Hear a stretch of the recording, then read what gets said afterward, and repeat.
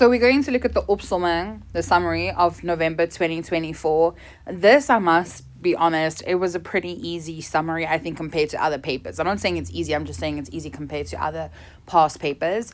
And so I think what I just want to emphasize is that with the Opsomming, we actually aren't testing language. What we are testing is whether or not you can take the main ideas out of a passage and summarize what they have told you to summarize. So this is the way it's going to look on your paper. So here with question 2, they just say, jy's amper klaar met skool, nou moet jy gaan oor 'n loopbaan of aan 'n loopbaan ding. So you've almost finished your school and you have to think about a career. That doesn't really, I mean, it is what it is. But then with instructies, you need to go through the instructions. The first instruction is always going to tell you what exactly you have to summarize. So it says, som die 7 wenke wat jou sal help om 'n loopbaan te kies in jou eie vol sinne op. So it says, summarize the 7 tips that will help you to choose a career, because a loopbaan is a career, in your own full sentences. Okay? So what I just wanted to emphasize here is that it says, eie vol sinne is own sentences, not own words. So you don't need to change the words that they have given you. You just need to change the sentence structure.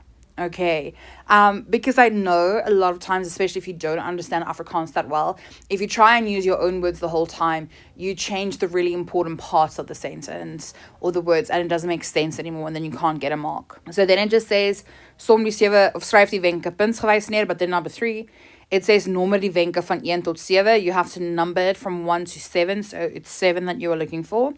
And then jou opsomming mag nie langer as 70 woorde wees nie. Your summary is not allowed to be more than 70 words, but it can be less than 70 words. I always say, depending on what you have to summarize, I think a good amount to summarize in between is the word kind of 50 to 70. And then it says, dui die korrekte getal woorde aan die einde van die opsomming aan. At the end of your summary, just in brackets, you just write the amount of words that you have. Now, it doesn't always look like this, okay? So this article or this like little passages, hoe kies ek die regte loopbaan?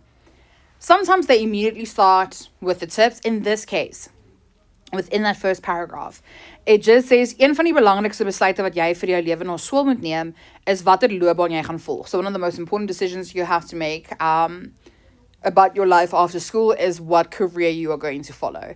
Hier is belangrike wenke wat jou kan help om die regte besluit te neem. So here are important tips that can help you make the right decision. So did we get any tips in that introduction? No, we didn't.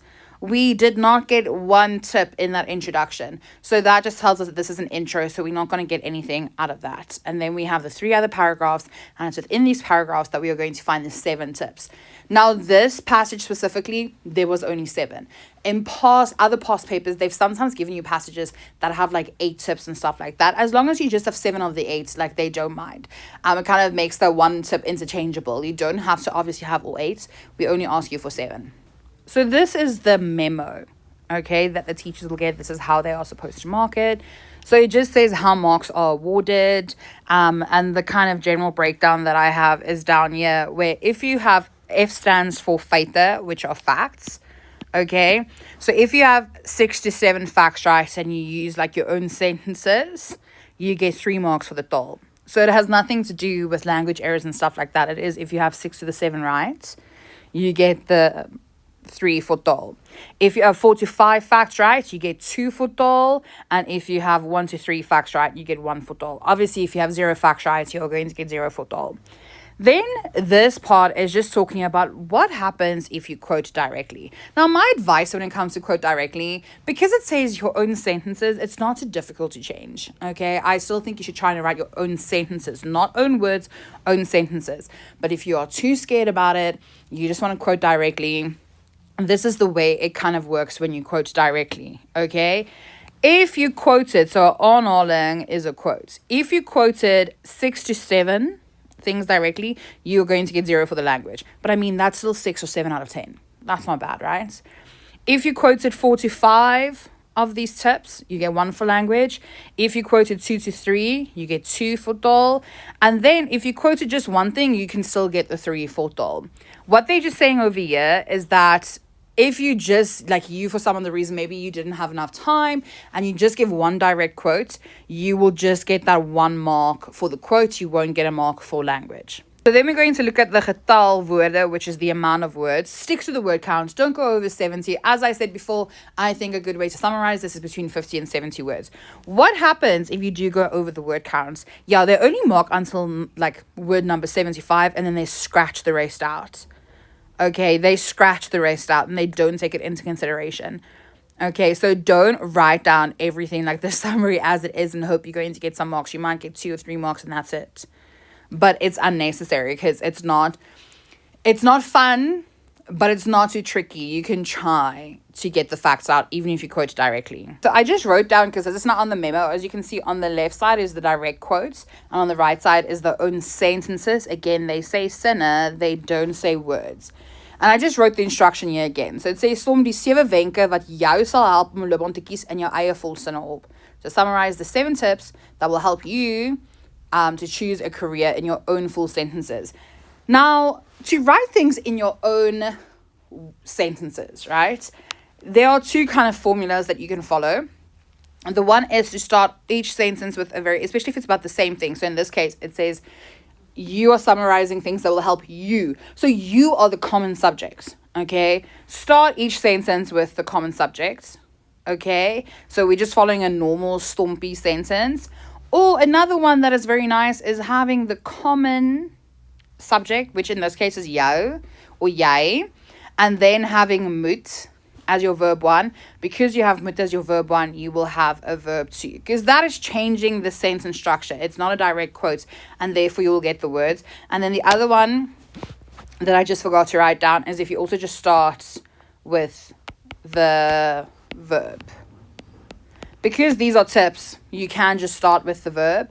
So you would then have the verb and then the common subject and then the rest of the sentence. Okay, you don't obviously have to have everything in stompy. Like, that's not necessary. I'm just writing the whole formula down because that is how we teach you word order. So when we have the opsomming here that we have in front of us on the left side, this is how the teachers get it, where it's the directe aanhaling, so the direct quotes, and then how you could have written your own sentences, but it doesn't mean it has to look exactly like those own sentences, okay? Important thing to always do is go and check. This is an intro, okay? It doesn't actually tell us anything, or it doesn't give us any tips. It's just saying that you have to take these choices, and here's a few important tips to help us, or to help you. Now, when you have to go and summarize like your own thing, or you have to summarize the tips have verbs. Obviously, all sentences have verbs, but tips are going to have like doing words. And that's what you're going to kind of look for, is like these doing words. So the first one they have is weet wat jou belangstelling is. So know what your interests are. And so here, for example, jy moet weet waarin jy belangstel, of ken jou belangstellings, anything in that line. Then the sentence after that just says, as jy nie hou van die werk wat jy gaan doen nie, gaan jy ongelukkig wees. So there's actually no doing word in there, okay? It doesn't have this thing where it says, you must do this, you must know this. It's just saying, if you choose a job that you don't really like that much, or doesn't match your interest, then you're not going to enjoy it as much, you're going to be sad. Then the second one, as soon as you see the word moet obviously like indicates that it's an instruction, like you must do something. So it says jy moet egter ook realisties wees, you must be realistic, en jou eie vaardighede in ag neem. So the whole idea here is that you have to focus on your abilities. Vaardighede is abilities. What can you do? If they require you to sing every day, but you can't sing, well, everyone can sing, it's just that everyone's singing voice is not the best. So if you don't have the best singing voice, and you have to sing every day, this is not going to bode well for you. So it just says then neem jou vaardighede in ag, to take your abilities into consideration. Jy moet weet wat jy goed kan doen, you must know what you can do well. Wees realisties oor wat jy kan doen. Be realistic about what you can do. And then after that, it just says like, what can you do well? You want to be successful. Again, it doesn't really give us an instruction. It does not give us a tip. Then here, it says, of belangrik om aan te dink, is of daar vir jou werksgeleenthede sal wees. So you have to think about whether or not there will be, because sal wees is will be, will there be job opportunities for you? Okay, so anything about like, will there be work for you to do? And then this follow-up sentence basically just says, a lot of times people make the mistake of choosing like to do something, or to that you want to pursue something that doesn't necessarily always have the most job opportunities, maybe even just in the area that you are in our country. You know, you have to think about those things. If like the only thing you are in pursuit of is like a job that gets you money. Like, honestly, I am very much for academic degrees as opposed to like, what do you call them? I can't remember, but I actually believe expanding your knowledge is really great, but I understand that's also a very privileged thing. So I'm just saying, if it's the focus is on getting a job, even when you go and study, you would have to study something that you know is going to guarantee you a job, or there's like a big job market outside of university for you to pursue that.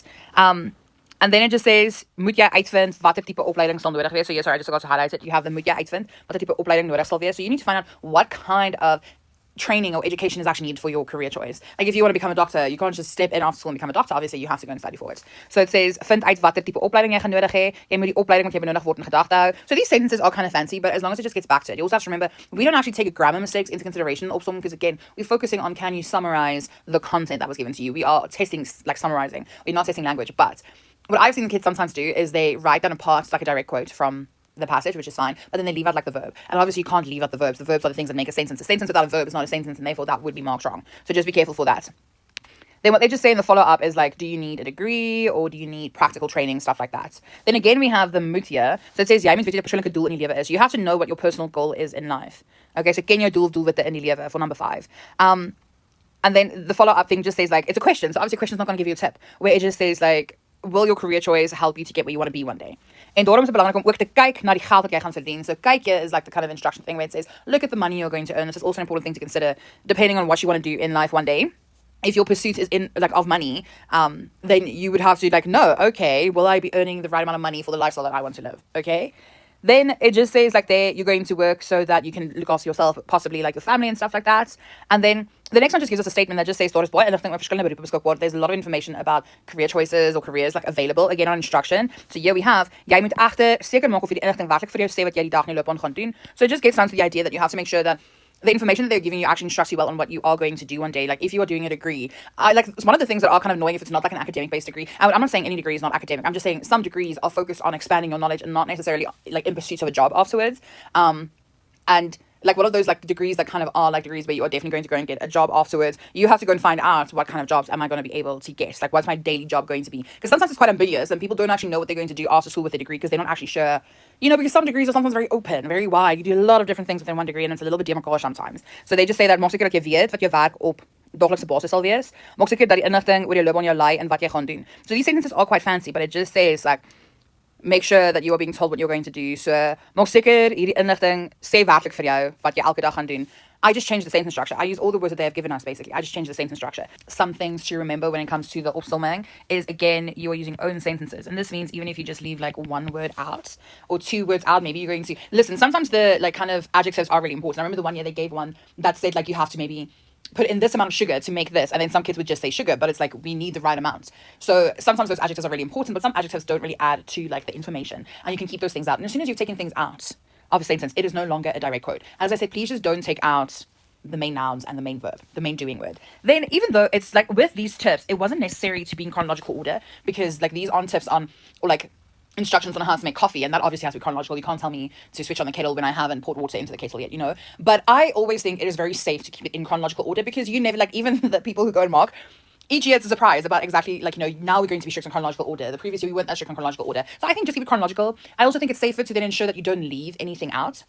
Also, something that is not necessarily in the instructions, but it's going to help the person who's going to mark your exam is leave a space open in between each, like, number. So you're going to say 1, blah, blah, blah, blah, space open. 2, blah, blah, blah, blah, space open. Because this, even for paper 3, is usually how you would write. So you won't lose marks for this, even in paper 3. But just to make it easier for the marker, this is how you would even write instructions in general. So it kind of matches. So another tip I just want to give you is to avoid group 1 conjunctions.